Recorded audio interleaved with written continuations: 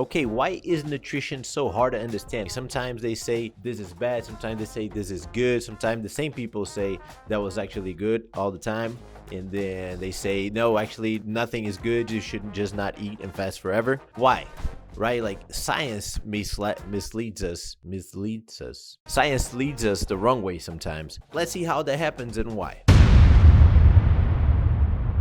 So old school times of science, like 1980s, eggs got a really bad rap for being high in cholesterol. They are high in cholesterol. They have significant amounts of LDL, so-called bad cholesterol, which is linked to heart attacks and early death, right? So everybody thought eggs were bad. They analyzed what Americans ate, and Americans ate a lot of eggs on breakfast. The more eggs they consumed, the more likely they were to have cardiac disease. The conclusion was eggs were bad for your heart. But later on, as science evolved, we found out that is not necessarily the amount of LDL that's going to be directly linked to heart disease, but also the size of the particles of the LDL cholesterol. The smaller particles of LDL have a greater ability of going through the arterial wall, causing blood clots inside of your arteries, causing heart attacks and cardiac disease. And those smaller particles of LDL are not usually found in eggs, but in refined carbohydrates and refined sugar, actually. So that requires a little looking into. But also, as eggs were proven not to be as harmful, or at least there was some evidence that eggs weren't as harmful, they went back and looked at the research. Some people went back and looked at the research and saw that they didn't consider the rest of the diet of those American people. They just said, there's eggs in breakfast and there's heart disease. Hey man, we've been updating our research on eggs, and the subjects are all coming with perfect health. Well, that's impossible. We've been studying eggs since the 80s, and the subjects all die from heart disease from 35 to 55 years old. Weird. Did we ask what they were eating with their eggs?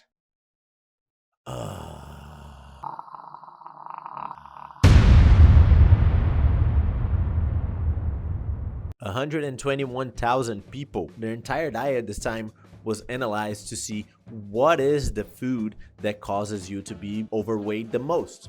What's the most fattening food in American diet?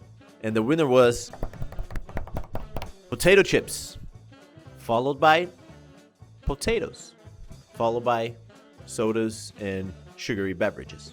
The second most fattening food in all American diet was a vegetable, potato.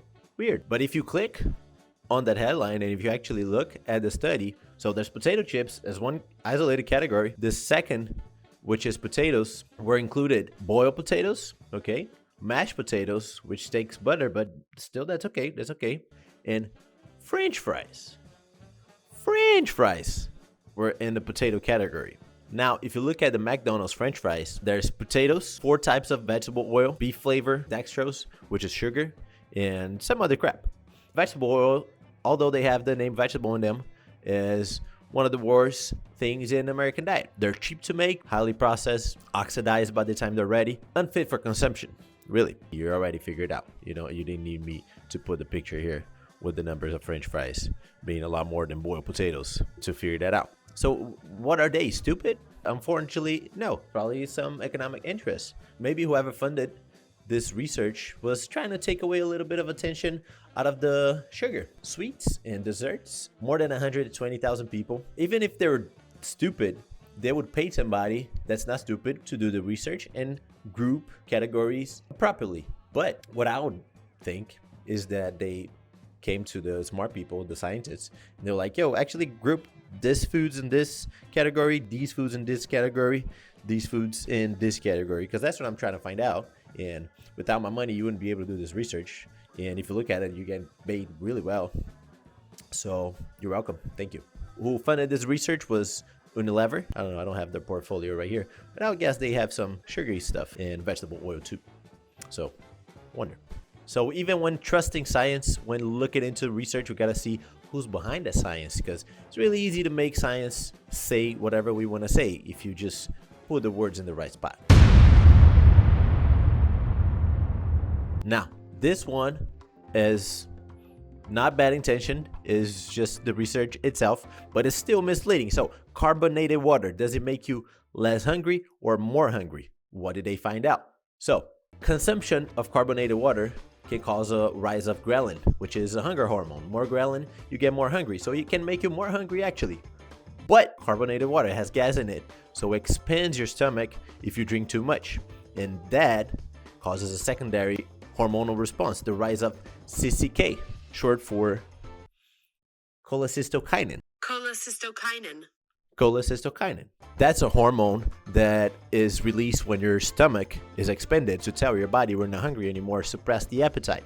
So, depending on how you drink it, if you sip on it or if you chug it all at once, you can either increase your hunger or decrease your hunger. So, carbonated water can increase your hunger and it can decrease your hunger. So that's still confusing. And that's why nutrition and biology is so hard to understand, just because it is. You know, the body is a very complex organism. A lot of shit can happen. Okay, Gabe, it's confusing. So what's the answer? What do we do? Do we give up nutrition completely? Do we just assume we're always going to be ignorant forever? Well, kind of.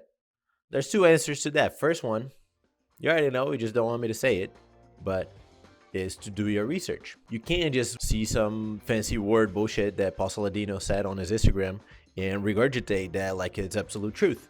You gotta look into it, especially if it's specific stuff. It's something like this food that everybody has been eating through the last several decades is not good anymore, so stop eating it right away. It's gonna kill you. Like, you know, you can eat oatmeal, trust me. So if you want to be specific and actually say that you know, go beyond the headline. Click that. See the study, like read the study. Might have more than one page. Check who's behind the study, who funded it. See the numbers for yourself. But we don't have time to do that all the time, right? And we don't care to do that all the time, honestly. So what's the even better solution? Stay in your lane. Be humble. Admit that you don't know much. If you really believe something is bad for you, okay, abstain from it. But why would you want to keep telling people don't eat this, don't eat that if you didn't even read more than one page on it? And even if you read all the studies, you're never going to reach the truth. You're just going to be pointed at the right direction. But the truth is unattainable. The guys who are really close to the truth are the scientists, right? The guys who are really running those studies. They're like at the edge of the truth. But still, they're not touching the truth because like we saw with the eggs, every time we think something is true, they might be researching something new that can disprove whatever they just researched last month. That's why not only nutrition, but science, right? We once thought that the planets and the stars were circling in orbit around us, the Earth, right? That was science at one point. So you just gotta be humble and admit that you don't know shit. And for the love of God, stop trying to crucify or godify one food group or another. That's a really good strategy for you not to be wrong all the time. Okay, this is always good or this is always bad. This is always wrong. Why? Because nutrition depends on two things: food and the human body. Each and every human body is different. Some are just a little different, some are a lot different. Not only we have different goals and different lifestyles, but we have a different genetic code. So Brussels sprouts might be great for me, but might not be good for you. And all the other foods, you know, are not going to be the same for everybody, except for dates. Dates are good for everybody.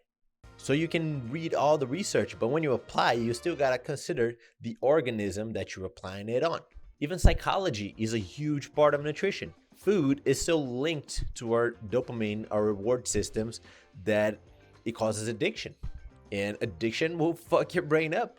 It will mess you up. There's a ton more to consider when trying to apply successfully a meal plan. The best ever meal plan is useless if the client or the person cannot follow it for whatever reason.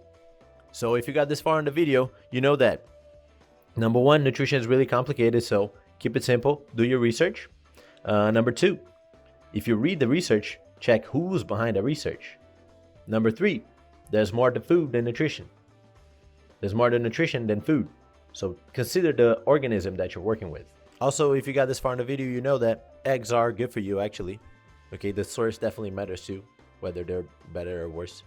Carbonated water can make you more hungry or less hungry, depending on how you drink it. Potatoes won't make you fat, unless you're French frying them. Some of you know that I was supposed to fight next month, February 4th. That won't happen anymore. I separated my AC joint, what they call a separated shoulder. That should have to use this for a couple of weeks, even though like this, I don't know, this might not be necessary. I might return it. No fight in February, but I'll be back soon. At least you guys get more videos. Thanks for watching. Holla.